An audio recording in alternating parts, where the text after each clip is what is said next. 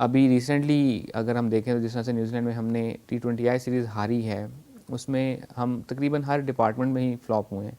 एक दिन हमारी बैटिंग क्लिक कर गई तो हमने वो मैच 9 विकेटों से चेज़ कर लिया, लेकिन बट थ्रू आउट हम पावर प्ले में हारते रहे हैं। पावर प्ले के बाद हम फिर चलो कोई एक आधी विकेट भी निकाल लेते थे, पावर प्ले गुजरने के बाद फिर थोड़ा सा स्कोर भी करने लग जाते थे। बट ओवर थ्रू आउट अगर देखा जाए तो वो ठीक है, हम एक नई टीम लेकर गए हैं, लेकिन एक नई टीम के साथ हमें प्लान या स्ट्रैटेजी उस तरह से नज़र नहीं आ रही थी। लेकिन क्या नई टीम है, sorry to interrupt you, Babar T20 Azam वाली, है। T20 वाली टीम। हाँ T20 के अंदर ठीक है, लेकिन T20 की उसमें भी टीम ये नहीं है थी। कि अब 3 से 4 प्लेयर्स ही बिल्कुल थे जिनका डेब्यू हुआ, ठीक बाकी है, सब तो वही थे। बट अगेन वो जो आपने एक टीम को एक नया फेस तो दिया ना, और उसमें भी नया फेस तो दे दिया, लेकिन कोई उस तरह से स्ट्रैटेजी या प्लान नज़र नहीं आया कि एक्चुअली अच्छा करना क्या चाह रहे हैं। किसी मैच में पहले बॉलिंग कर ली, और किसी मैच में पहले ऐसे मैच में पहले बॉलिंग कर ली कि जिसमें सेकंड टाइम बैटिंग करना मुश्किल हो जाना था। तो इस किस्म की चीज़ें थी। अब अगर बात कर लेते हैं वनडे स्क्वाड की, तो वनडे स्क्वाड प्रिटी मच उसी किस्म का स्क्वाड है जो हमने चैंपियंस ट्रॉफी में खिलाया है, तो उसमें कोई ऐसा तब्दीली नज़र नहीं आई। चैंपियंस ट्रॉफी के एंड तक यही एक्सपेक्ट किया जा रहा था कि 4 से 5 बड़े नाम जो हैं वो शायद आगे अब कुछ अर्सा उनको रेस्ट दिया जाएगा and will go with the new face team. I think यही वजह है कि दोबारा से एक उनको इंटरेस्ट किया गया है कि इन्हीं खिलाड़ियों के साथ जाया जाए वनडे क्रिकेट में, जस्ट टू गेट के अगर एक तो वो डोमेस्टिक क्रिकेट उस तरह से नहीं खेल रहे, और जो हमारी यहाँ जो डोमेस्टिक क्रिकेट हो भी रही है उसकी क्वालिटी इस किस्म की नहीं है कि वहाँ से वो कुछ सीख सकेंगे, और फिर उनको ट्रस्ट किया जा रहा है कि ठीक है इनको वनडे क्रिकेट खिलाते हैं, न्यूजीलैंड में खिलाते हैं। May be this is a chance for them to get their forms back, because 50 over के फॉर्मेट में उनको फिर थोड़ा टाइम मिल जाएगा जो शायद उनको T20 में वो टाइम ना मिल पाता। सो वो मे बी एक फैक्टर बैक इन माइंड होगा। लेकिन T20 के अंदर इस तरह से होता है कि आप एक अच्छे बैटिंग यूनिट के बगैर नहीं जीत सकते। आप you can't solely rely on your bowling. आपके पास 2 से 3 ऐसे बैटर होने चाहिए जो मैच को टर्न अराउंड कर सकें। हमारे पास वो वाला मसला था। जिस दिन हमारे बैटर्स ने क्लिक किया, हमने वो देखा कि हमने अपनी बैटिंग की बुनियाद पर मैच जीता था, बॉलिंग की बुनियाद पर वो नहीं जीता था।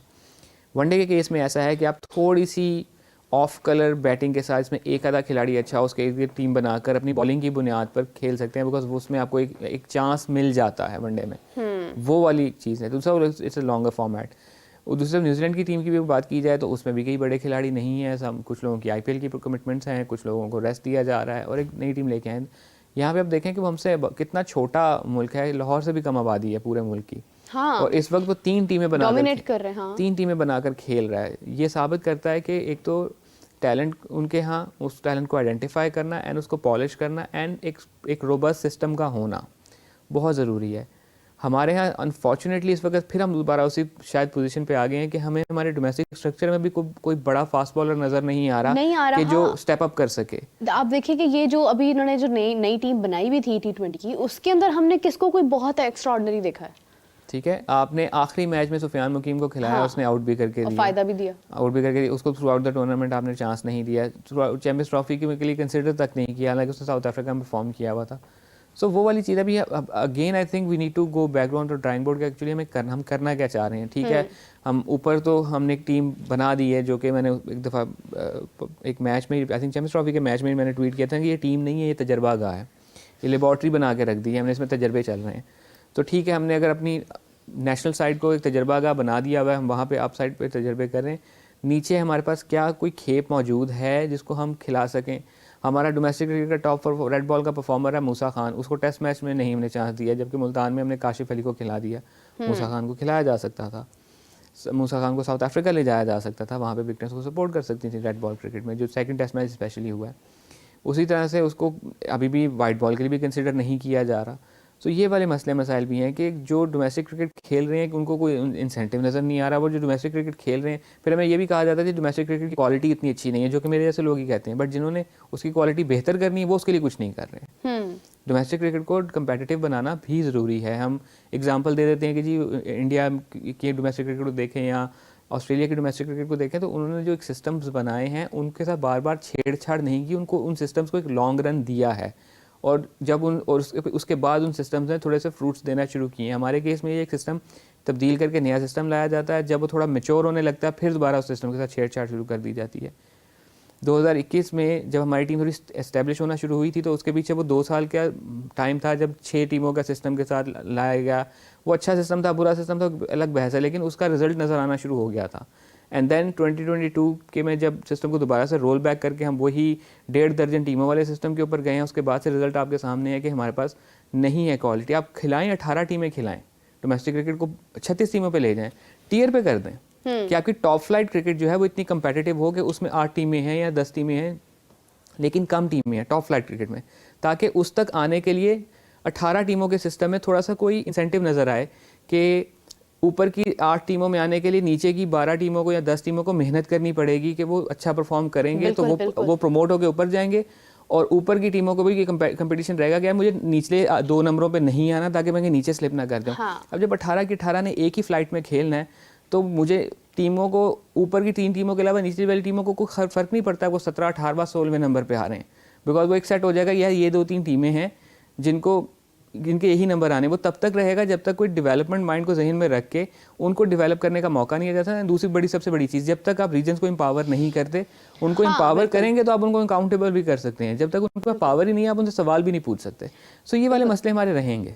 बिल्कुल सही बात है। अज़नान, एक कॉलर है हमारे साथ, उनका सवाल ले लेते हैं। अस्सलाम वालेकुम जी, कौन बात कर रहे हैं, कहाँ से बात कर रहे हैं? वालेकुम अस्सलाम, निशान बात कर रहा हूँ आजाद कश्मीर से। जी बताइए। आपके शो में मैं रेगुलर बात करता हूँ। जी बिल्कुल बिल्कुल, मैंने पहचान लिया आपको। चले, बहुत मेहरबानी, थैंक यू। सिस्टर, आपसे सवाल ये है, कल आप साहब भी थोड़ा गुस्सा करके थे सुफियान मुकीम के वाले से, मैंने सवाल किया था कि उसके साथ ज्यादती की गई है, ठीक है। अब जो कल वनडे मैचेस है, कल पाकिस्तान और न्यूजीलैंड का, तो क्या कुछ चांसेस है उसमें ऐड किया जाएगा सुफियान मुकीम को? दूसरा सवाल यह है कि साइम अयूब वापस आ गया, तो ये हम उम्मीद कर सकते हैं कि वो आप नेक्स्ट जो साइम अयूब और फखर हमें दोबारा एज ओपनर नजर आ सकते हैं? ये क्या चांसेस है, ये इसके बारे में बता। ठीक है जी, बहुत शुक्रिया आपका, थैंक यू। 2 सवाल बताए उन्होंने। एक तो ये कि सुफियान मुकीम का क्या कोई चांस है कि वो ओडीआई के अंदर हमें परफॉर्म करते हुए नजर आए, उसमें शामिल हों?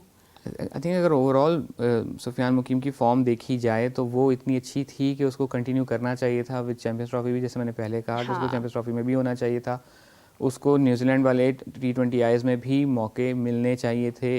ठीक है, अगर देखें, अगर आप इस चीज़ को ज़हन में लेके गए हैं कि हमने मैचेस हारने ही हैं, जो कि हमें पहले दिन से बताया जा रहा था कि हम नई टीम लेके जा रहे हैं, इसमें हम हार भी सकते हैं, हमें ज़हनी तौर पर इसके लिए तैयार किया जा रहा था, तो फिर इस तरह किया जा सकता था कि एक मैच अबरार को खिला लेते और एक मैच आप सुफियान मुकीम को खिलाते, एक रोटेशन पॉलिसी के तहत जाते हैं। आपने उसको 5वें मैच में जाके चाह दिया, and the kind of talent he is,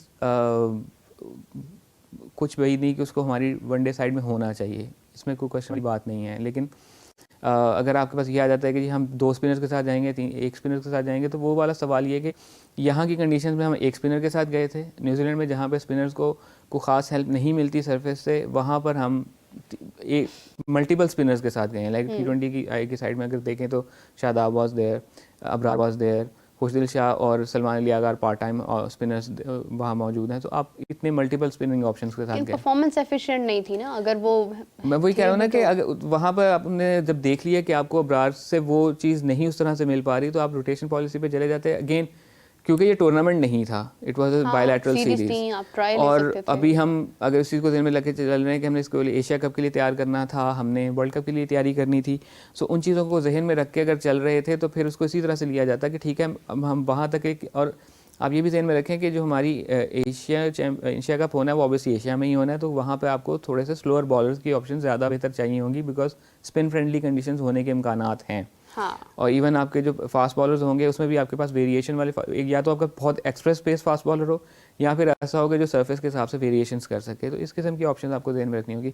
तो सुफियान मुकीम इज़ अ टैलेंट, और जिसको बहुत अच्छे तरीके से हमें यूटिलाइज़ करना चाहिए और उसको फ्रीक्वेंटली यूटिलाइज़ करना चाहिए। ये ना हो कि जिस तरह से अबरार 2017 में स्पॉट हुआ था कि ये हमारे मिडल ओवर्स के वोज को ख़त्म कर सकता है, एंड उसको जाके फिर चांस मिला जाके 2022 में, उसके बीच में ठीक है उसकी इंजरी होगी, लेकिन 5 साल मे भी वो और बेहतर परफॉर्म कर पाता। हाँ बिल्कुल, तब भी उसने कोशिश की और फिर उसके बाद अब जाकर मौका मिला।